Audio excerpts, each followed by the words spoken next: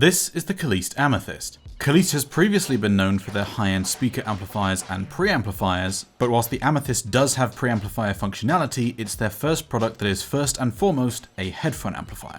But when I say high-end, I mean high-end. This comes in at a price of 16,000 euros. That is a lot of money, and for that much, it better be good. And it is good. Really good. But even if you can afford it, it is not necessarily one that I can just give a flat-out recommendation to everyone. So let's talk about it. I'm Golden Sound, and you're watching The Headphone Show by headphones.com.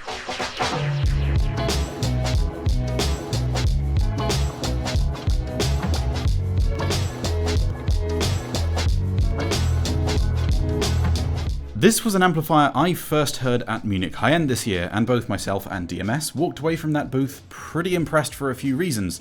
Firstly, it was just straight up one of the best sounding amplifiers that we heard at the show, and secondly because they were using the Hyperman Sesvara headphones with it. That's a headphone which is notoriously difficult to drive properly, and in my experience, as well as just being quite revealing for source gear, it also sounds quite soft when you put it on a underpowered amp. That was not an issue with the Kallyste, driving those headphones excellently and leaving me really wanting to get some time with it in a quieter environment, and so now it's here.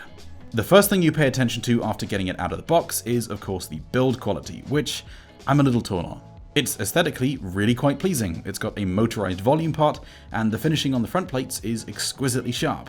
The overall aesthetic is a kind of sharp retro sort of feel, but the chassis is made from standard flat sheets of metal, and whilst that's not necessarily a problem, there's nothing wrong with how the Kallyste is built, it just doesn't impress you. It doesn't feel like a $15,000 product, and it would have been nice to see something a bit more sturdy and substantial. Products at far lower price points have milled chassis, or at least something more solid with a higher quality finish. The unit is split into two boxes, the top housing the amplifier circuitry itself and the bottom housing the power supply, each of which has a set of 3 spikes and cups, which nice to have the option for those that want to use spikes, but for those that don't, it would have been great to see some just basic rubber feet or something on the underside of the chassis, because I personally don't like using spikes. I find that it's too risky to damage whatever you're going to put them on, so you might actually notice that throughout much of the B-roll in this video, I've got isoacoustics pucks on the bottom unit for that reason, so would have been great to just see some basic rubber feet on the underside. That issue was actually made a little bit worse by the fact that the included spike cups are fairly cheap feeling pieces of aluminium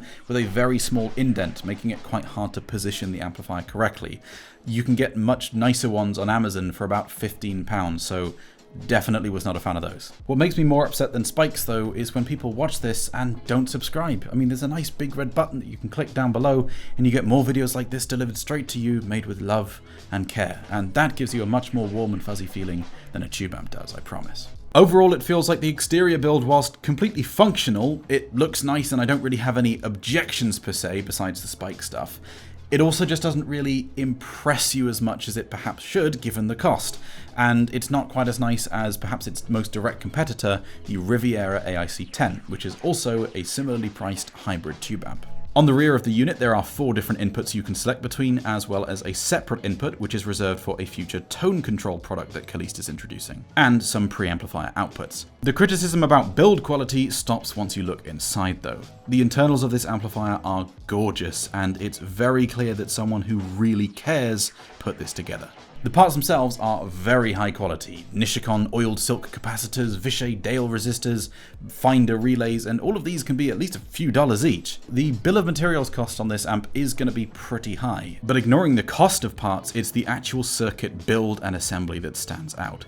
Wiring runs are super clean, the layout overall is very well thought through, and some parts are even wired with solid connections rather than flexible wiring because why not? Personally, I think that with the choice of parts, the immaculate attention to detail in which it's been put together, and the overall design itself, it's overall one of the nicest internals I've seen. But $15,000 or so is a lot of money, and for that much, it needs to sound great, not just look nice. So let's talk about that.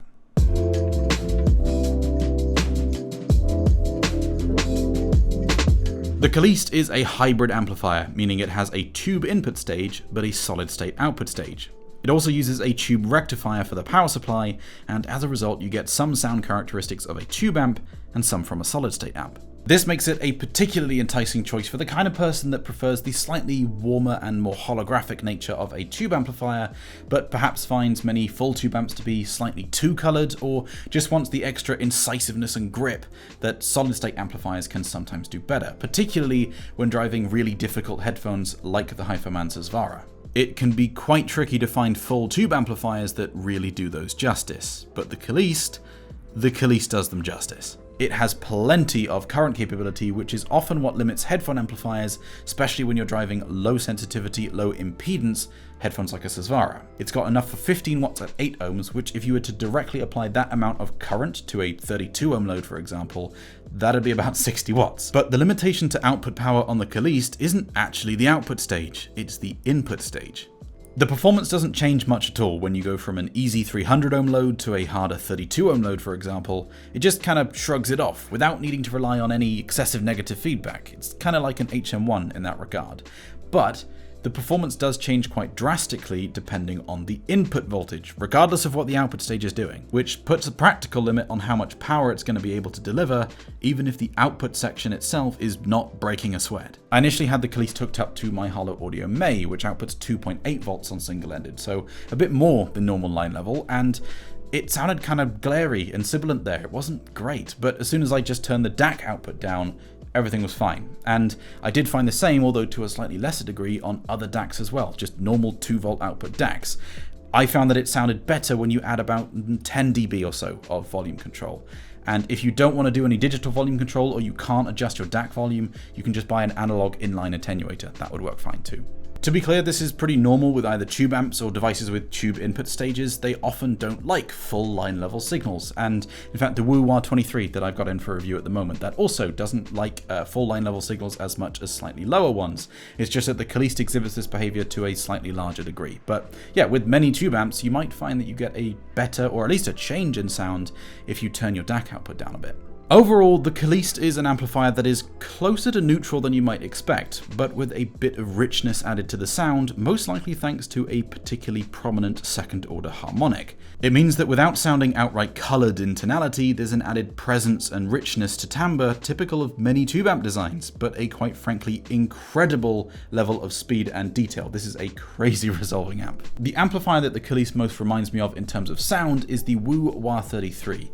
That's one that I actually did a review on a while back on my own channel, and I called it the best of both worlds because it's far more neutral and transparent sounding than most tube amps I've tried, far more fast and controlled sounding than most tube amps I've tried, but it's got that holographic soundstage that you expect from a tube amp, so you get some of the best aspects of solid state in terms of the neutrality and drive, but some added benefits of tube sound.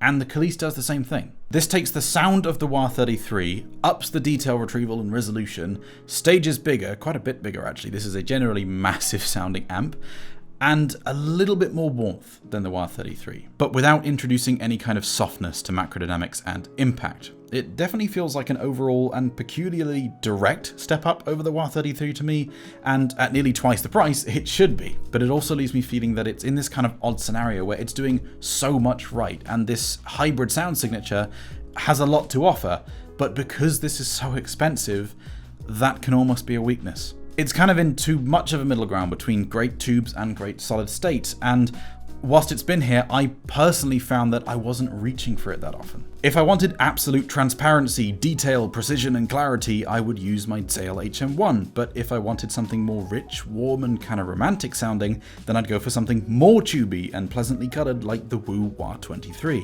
I actually prefer the Woo Wah-23 over the Wah-33, not because the Wah-23 is an overall better amp, it isn't, the Wah-33 is more resolving, it's got more power, but because the Wah-23, whilst it's almost as good in those areas as the Wah-33, it's tubier, for lack of a better word. It's warmer, it's richer, it's more coloured, and when I'm not wanting to listen to solid state, that's what I want. I don't want something that is slightly different. I want something that is different.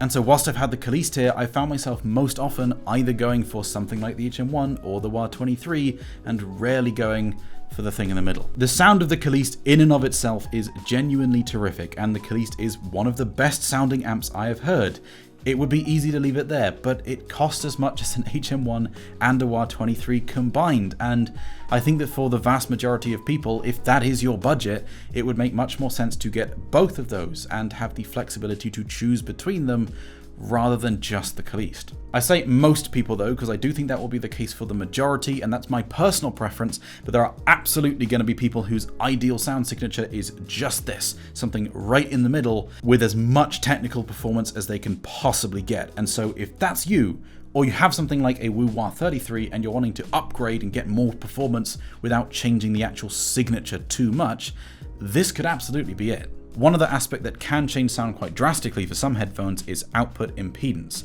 Tube amplifiers typically have quite a bit higher output impedance than solid-state amps usually do, and for dynamic driver headphones in particular, this will change the frequency response of that headphone, usually putting a rise in some of the bass content somewhere. The Kallyste has 3 selectable output impedances, which are facilitated by inline resistors rather than a transformer like many tube amps, and this can help tune the sound of your headphones, as well as acting like a sort of pseudo gain switch. I really wish this feature was included in many more amplifiers. I personally use it a lot, particularly with headphones like the HT600 and HT800 from Sennheiser. It can really make a pleasant difference to a lot of dynamic driver headphones, and it's not that difficult to implement, so I really wish more amps had it, particularly with the multi-step adjustment like this does. I absolutely love the sound of the Kallyste. That change in sound with the full 2V line level input versus lower level signals is a bit of a frustration though, and ironically means that if you're wanting to use this as a preamplifier, you kind of need a preamplifier or at least an inline attenuator before it.